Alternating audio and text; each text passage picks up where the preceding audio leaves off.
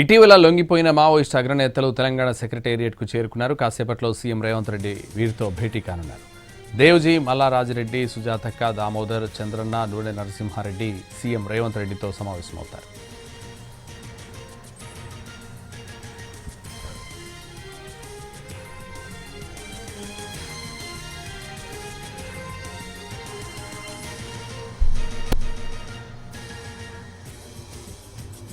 ఇటీవల లొంగిపోయిన మావోయిస్టు అగ్రనేతలు తెలంగాణ సెక్రటేరియట్కు చేరుకున్నారు. కాసేపట్లో సీఎం రేవంత్ రెడ్డితో వీరు భేటీ కానున్నారు.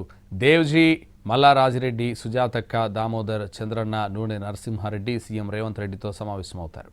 ఇదే విషయానికి సంబంధించి మరింత సమాచారం మా ప్రతినిధి చారి లైవ్లో అందిస్తారు. చారి, కాసేపట్లో సీఎం రేవంత్ రెడ్డితో మాజీ మావోయిస్టులంతా కూడా భేటీ కాబోతున్నారు. ఇటీవల డీజీపీ సమక్షంలో లొంగిపోయినటువంటి మావోయిస్టులందరినీ కూడా సీఎం రేవంత్ రెడ్డిని కల్పించేందుకు కొద్దిసేపటి క్రితమే డీజీపీ సచివాలయానికి చేరుకున్నారు. వీళ్ళందరినీ కూడా డీజీపీ ఆఫీస్ కోఆర్డినేట్ చేస్తుంది. మరి కాసేపట్లో సీఎం రేవంత్ రెడ్డితో మాజీ మావోయిస్టులందరితో కూడా సమావేశాన్ని ఏర్పాటు చేస్తున్నారు.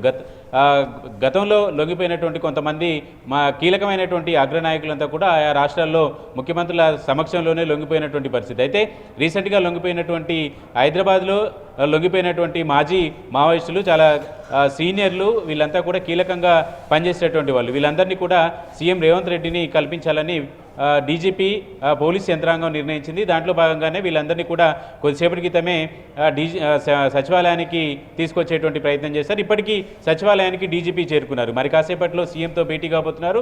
వీళ్ళకు సంబంధించి వాళ్ళ అడవిలో ఉన్నటువంటి సందర్భంగా సమస్య, వాళ్ళు ఫేస్ చేసినటువంటి సమస్యలు కావచ్చు, అనుభవాలు కావచ్చు, వాళ్ళు లొంగిపోయినటువంటి నేపథ్యంలో వాళ్ళకి పునరావాసం కల్పించేటువంటి అంశాలు, వీటన్నిటి మీద కూడా సీఎం రేవంత్ రెడ్డితో మాట్లాడేటువంటి అవకాశం ఉంది. దాంట్లో భాగంగానే మరి కాసేపట్లోనే సీఎం రేవంత్ రెడ్డి కూడా సచివాలయానికి చేరుకుంటారు.